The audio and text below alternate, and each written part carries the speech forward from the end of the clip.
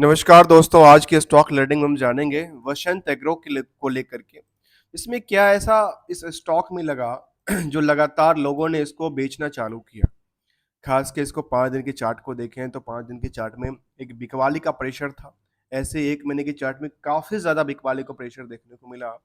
जबकि स्टॉक में ये देखा गया कि near about the book value के आसपास की स्टॉक है। बहुत बड़ी पुल बैक नहीं था स्टॉक में, बहुत बड़े डाउनफॉल नहीं हुआ था। तो आखिर क्या है, जबकि हायर भी साइड काफ़ी अपर साइड नहीं था, लोअर भी काफ़ी लो नहीं था। इसको लेकर के हुआ क्या? आज हम इसे स्टॉक के बारे में जानेंगे जिसका नाम है वसंत एग्रो। आखिर ये बीएसई में लिस्टेड है ओनली ऑन, और कंपनी जो है वो क्या करती है, manufacturing wide range of the agriculture inputs पे कामकाज करती है। तो चलिए आज जानते हैं इस कंपनी को लेकर के, जहाँ वेबसाइट्स पे देखने को मिला कि ये कहती है the we feed the land which feed the people. अर्थात मुझे लगता है कि वो जो सीड्स बनाती है ना कंपनी, वो उस तरह के कामकाज करती है कंपनी, खास के जिनके साथ सीड्स में, और इसके साथ इनके प्रोडक्ट के बारे में देखें। किसी भी कंपनी को समझने से पहले इसके स्टॉक को समझने से पहले उसके बिजनेस को समझना जरूरी है। तो कहती है इसके पास फीड क्रॉप्स की काम करते हैं, वाइल्ड सीड्स के काम करते हैं, रिसर्च फैसिलिटी और बी ऑर्गेनिक्स पे काम करती है, एग्रीकल्चर इक्विपमेंट भी बनाती है हाई कंपनी। तो क्या यदि एग्रीकल्चर के अंदर कामकाज करती है तो फिर इसमें मार्केट में क्या लगा, जो लगातार स्टॉक में आप देख पा रहे होंगे, जो लगातार एक बिकवाली का प्रेशर था, चाहे किसी भी टाइम फ्रेम में देखें तो हाँ, बीच बीच में एक चीज देखने को मिलता है, जो स्टॉक में एक रैली देखने को बनती है। अब रैली का कारण क्या है ये जानना जरूरी है, क्योंकि ये हम एक रिकंसलेशन करेंगे कहाँ से, इसको रिकंसलेशन करेंगे फंडामेंटल की वो एस्पेक्ट को लेकर के जो कि इसको क्या करता है, इम्पैक्ट करता है, या इस चीज को लेकर के जो क्या शेयर होल्डिंग पैटर्न को लेकर के, जहाँ पे कुछ ऐसी चीज तो नहीं जहाँ पे मार्केट में केवल केवल बिकवाली और एक रिकॉम्बिनेशन के तौर पे इसको कामकाज किया गया। चलिए जानते हैं। बुक वैल्यू कहती है कितना का, बुक वैल्यू कहती है 19 रुपए के आसपास का, और फिलहाल जो प्राइस है वो भी करीब 20 के आसपास का। जहाँ पे यदि भीड़ देखें मैं इसको कहते हैं स्टॉक भीड़, अर्थात जो भीड़ होती है ना खरीदने वालों को, किसके बेसिस पे, अर्निंग पर ईपीएस के बेसिस पे। यहाँ पे दो एस्पेक्ट है। यदि इसको आप देखेंगे आकलन करने के लिए तो इसको डिवाइड कर दीजिए करंट प्राइस को, किससे, ईपीएस से, तो आपके पास स्टॉक का पी निकल के आता है। और मैं कहता हूं यहाँ पे भीड़ कितनी है स्टॉक को खरीदने के को लेकर के, जो अर्निंग है, अर्निंग बेसिस पे कितने लोग यहाँ पे खरीदने के इच्छुक है, जिसकी वजह से मार्केट में जो प्राइस है वो बनती है। और इसी के बेसिस पे हम क्या करेंगे, रिकंस्ट्रक्शन करेंगे शेयर होल्डिंग पैटर्न को लेकर के, जहाँ पे ये देखा गया कि यहाँ पे जो भीड़ है करीब 43 गुना का है, जबकि इसका अर्निंग पर शेयर केवल 46 पैसे का है, और जहाँ पे फेस वैल्यू कहता है 1 रुपए का। 1 रुपए के नोट आपको कमा के कितना देता है, 46 पैसे कमा के देता है। और जब 46 पैसे कमा के देता है तो इसके ऊपर कितना की भीड़ है, 43 गुना की भीड़ खड़ी होती है, जिसकी वजह से पड़ा है। यदि दूसरे इनकी स्पीयर्स कंपनी को कंपेयर करके देखा जाए तो वो कहती है करीब 31 के आसपास का भीड़ है। इसका मतलब से ये होगा कि ये अभी भी क्या है, ओवर वेटेज स्टॉक है। किसके बेसिस पे, इंडस्ट्रियल के बेसिस पे। क्या इस पर कुछ और एस्पेक्ट की बात किया जाए, हाँ ऑब्वियसली होना चाहिए, जिसका दूसरा एस्पेक्ट का नाम है डेट टू इक्विटी के बारे में, जो कि ये ज्यादा होने से क्या होगा, ईपीएस को क्या करता है, इम्पैक्ट करता है। और ईपीएस को एक ऐसा चीज जो कि इनको एक हिट करता है, वो है करंट रेशियो।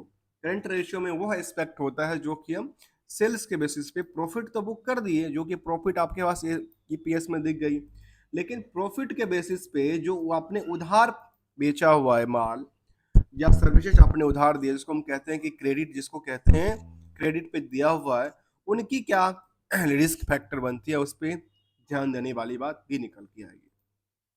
जहाँ पे कंपनी के बारे में कहती है आरओसी 6.35 और आरओई कहती है 2.30 का।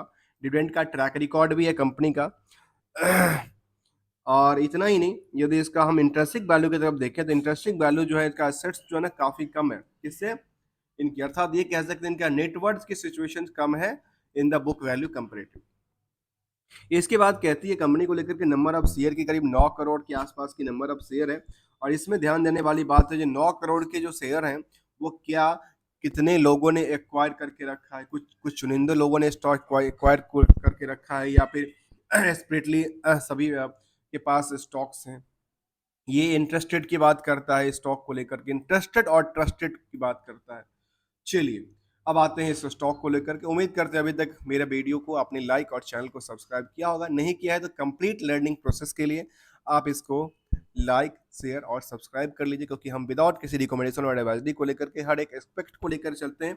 क्योंकि जो पार्ट्स होता है, जो ईपीएस में दिखता है, वो तो एक प्रॉफिट जो है ना, वो दिखावा है।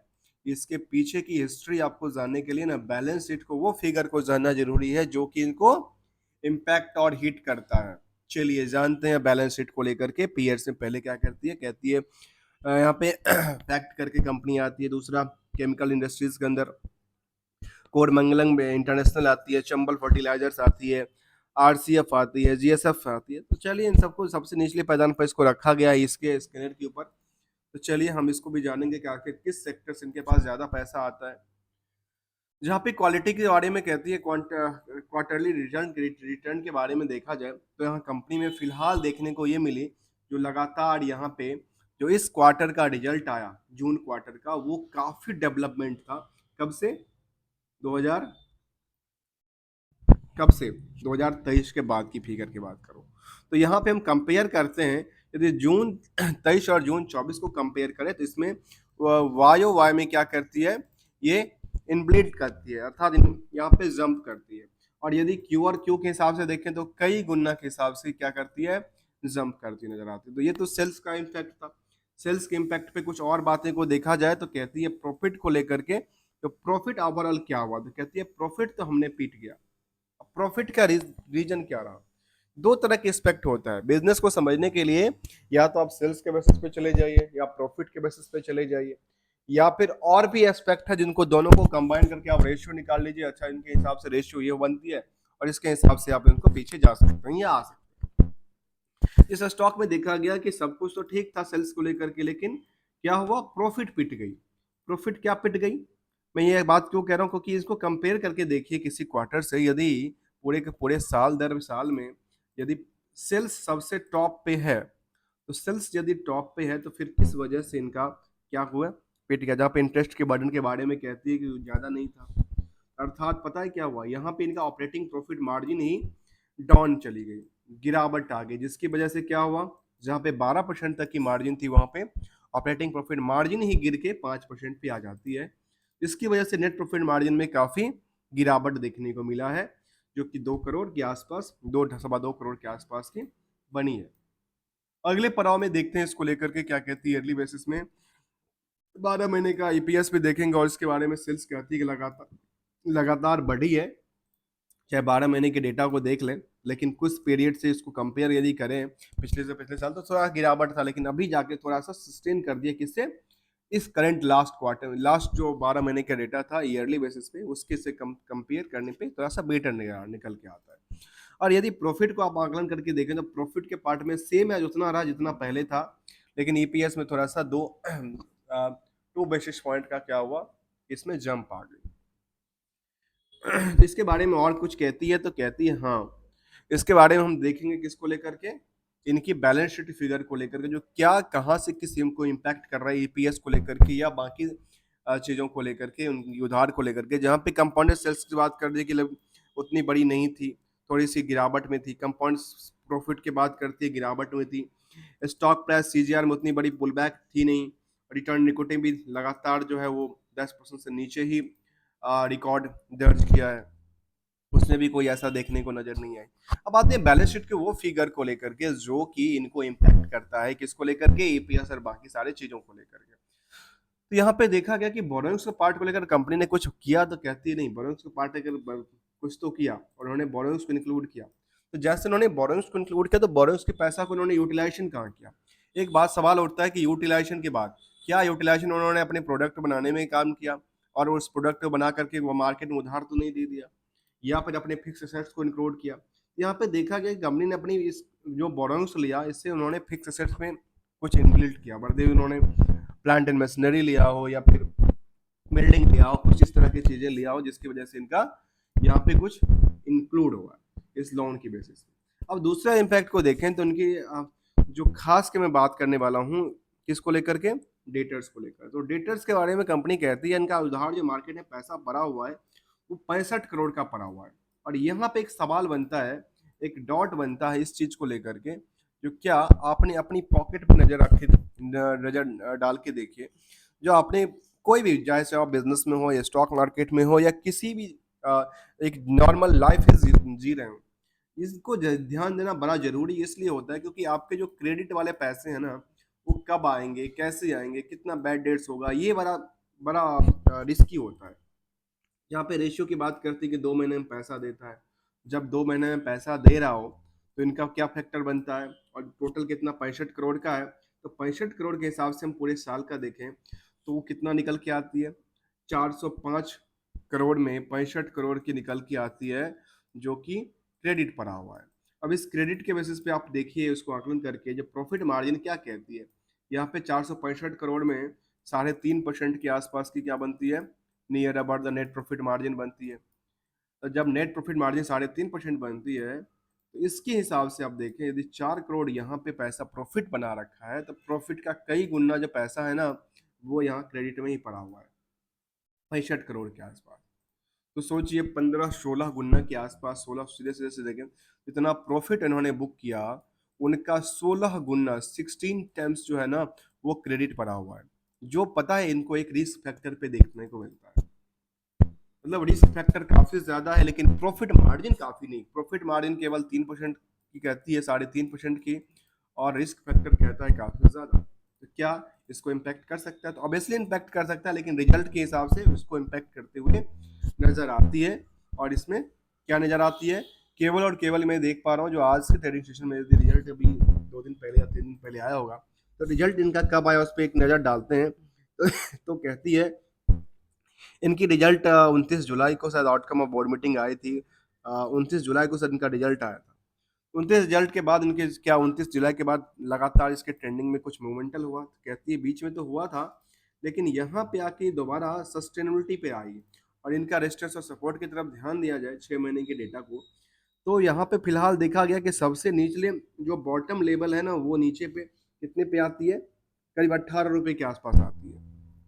जहाँ पे पता है क्या किया, जहाँ पे इन्होंने सपोर्ट लिया, बिग बड़ा सा सपोर्ट लिया था, इसका उन्होंने सपोर्ट तो और लिया था, लेकिन सपोर्ट लेने के लिए उन्होंने कई बार सपोर्टिंग चेंज किया, जहाँ पे रिसेंटली सपोर्ट ये कहता था, फिर उन्होंने सपोर्ट लिया, जिस सपोर्ट को आप कह सकते हैं कि इन्होंने कई बार कई दफ़ा यहाँ पे लोअर टू लोअर सर्किट पे आके स्थिरता बनाई थी, लेकिन यहाँ पे दोबारा आके वहीं पे अटकी है जिस प्राइस पे कई दफ़ा ये एवरेज वैल्यू के आसपास आई है, लेकिन यहाँ पे एवरेज वैल्यू कुछ और कहती है और इसका चार्ट लेवल कुछ और कहता नजर आता है। तो इसमें एक एस्पेक्ट को और देखिए जहाँ पे इन्वेस्टमेंट को हम रिकंस्ट्रक्शन करने वाले थे, खास करके इस पार्ट पार्ट को लेकर के, यहाँ पे क्या बड़ी सी मोमेंटल थी या शेयर होल्डर ने अपनी पोजीशन को बेचा था, तो ऐसा कोई देखने को नहीं मिला। यहाँ पे एफ आई और डी आई की कोई तादाद नहीं, जो कि है केवल केवल पब्लिक के पास तादाद है। उस पब्लिक की भीड़ में जो 46% की भीड़ है उसमें क्या कहती है 2-3 तो बड़े लोग हैं, 4-5 बड़े लोग, और यहाँ पे ये देखने को मिली जो क्या मैदान छोड़ के लोग भागते नजर आते हैं या फिर कुछ बड़े इंक्लूड होते नजर आते हैं। तो यहाँ पे ये देखने को मिला, आप इसको एनालिसिस करके देखिए, जो यहाँ पे जो इन्वेस्टर की तादाद थी, खास कर शेयर होल्डर की बात कर रहा हूँ मैं, कोई भी स्टॉक मार्केट की करंट ट्रेडिंग की बात नहीं कर रहा हूँ, कितने ट्रेडर आ गए कितने नए को कर, एक सवाल और बनता है, जो क्या इनकी जो वॉल्यूम ऑफ ट्रेडिंग है, ट्रेडिंग में क्या डिलीवरी पोजिशन में होती है या फिर इंट्राडे के लिए ट्रेडिंग होता है, ये भी एक बनता है चीज़ों को लेकर के। यहाँ पे ये देखने को मिलता है जो नियरली जो करीब 45-46 हज़ार के आसपास की तादाद थी, वहाँ पे कई दफ़ा तो इंक्रीज काफ़ी बिल्डअप हुई, कई दफ़ा उन्होंने यहाँ से लोगों ने अपनी बिकवाली करके प्रेशर से निकलते नजर आए। जहाँ पे तादाद की बात करें तो यहाँ पे नियरली 47-48 हज़ार के आसपास की भीड़ होगी। और इस भीड़ के बेसिस पे देखें जो चार्ट में, पिछले हम खास के 5 दिन के चार्ट को देखें तो थोड़ा सा कभी डेवलपमेंट होता है, कई बार डेवलपमेंट नहीं होता है, तो फिलहाल इसमें इस तरह के रिएक्शंस देखने को बनती नजर आती है। जहाँ पे 6 महीने की रेवेन्यू करीब 18% गिरावट थी, ऐसे एक साल में करीब 18% की गिरावट, और 5 साल में नियरली थोड़ा सा 445 के आसपास की जंप देखने को मिली। लेकिन ये कब से था, एक साल के चार्ट तो इसका रिवर्सल ही देखने को मिला है। जहाँ पे एक नज़र और डालते हैं इसको लेकर के, हम यहाँ पे डालते हैं एक एस्पेक्ट को लेकर के जिसका नाम है, हम कंपेयर करने वाले हैं उस चीज़ को लेकर के जहाँ पे डिविडेंड्स की पार्ट को देखें तो डिविडेंड की पार्ट उन्होंने केवल 5 पैसा दिया था 24 के अंदर। अभी 17 सितंबर को ये इनका डिविडेंड का डिक्लेरेशन होने वाला है, जो कि इन्होंने एक्स डेट रखा है, और कितना देगा, केवल 5 पैसे की देगा। तो 5 पैसे के डिविडेंड को लेकर के मार्केट में क्या खरीदारी बनेगी या बिगड़ेगी, ये एक सवाल बनता है। दूसरी तरफ देखें तो हम इसमें एक चीज़ और सवाल को देखते हैं, जहाँ पे परफॉर्मेंस लेवल को देखें तो स्टॉक में लगातार जो परफॉर्मेंस लेवल थी वो 5 साल तक तो काफ़ी अच्छी रही, लेकिन 5 साल के बाद इसमें चार्ट को देखें तो जिस हिसाब से सेंसेक्स ने जंप किया, तो उस हिसाब से इसका बिल्कुल ही जंप देखने को नजर नहीं है। यहाँ पे केवल केवल बिकवाली का प्रेशर देखने को मिला था तो इस स्टॉक को लेकर के। और एक चीज़ सेगमेंट वाइज देखें, सेगमेंट वाइज कोई डिटेल है तो सर यहाँ पे अभी तक जून तक का डेटा अपडेटेड नहीं हुआ है, जहाँ तक मैं इसको देख पा रहा हूँ रिजल्ट को लेकर के। जो मार्च तक का डेटा अपडेटेड है, जून का डेटा अपडेटेड नहीं है। और यहाँ पे तो देखने को ये मिली लगातार क्या थी, बिल्डअप हो रही प्राइस थी। यहाँ पे ट्रेडिंग वॉल्यूम के हिसाब से देखे जो कि खास के यहाँ पे ट्रेडिंग काफ़ी कम होता है, जहाँ पे कहते हैं 129 वॉल्यूम ही ट्रेड हुआ, और वो भी 100% किस में हुआ, किसमें होती है, केवल केवल डिलीवरी पोजीशन में देखने को मिला है। इसकी जो नियरेस्ट पीयर्स की बात करें तो नेशनल फर्टिलाइजर्स है, एज है, और टील करके नंबर आती है कंपनी को लेकर के। तो आज हमने जाना किसको लेकर के, वसंत एग्रो को लेकर के, जो एक कंपनी थी, इनका रिजल्ट का पार्ट्स हमने देखा। इसको near about the book value के आसपास की प्राइस देखी, यहाँ पे भीड़ थोड़ा सा ज़्यादा रहा, और कुछ एक्सपेक्ट को देखा तो उसमें कंक्लूजन ये निकला, जो इनका जो प्रॉफिट की पार्ट थी, प्रॉफिट के पार्ट पे रिस्क फैक्टर काफ़ी ज़्यादा है, जो कि नियरली 16 गुना के आसपास की रिस्क फैक्टर क्रेडिट के ऊपर टिका हुआ नजर आती है। Thank you so much for joining here दोस्तों।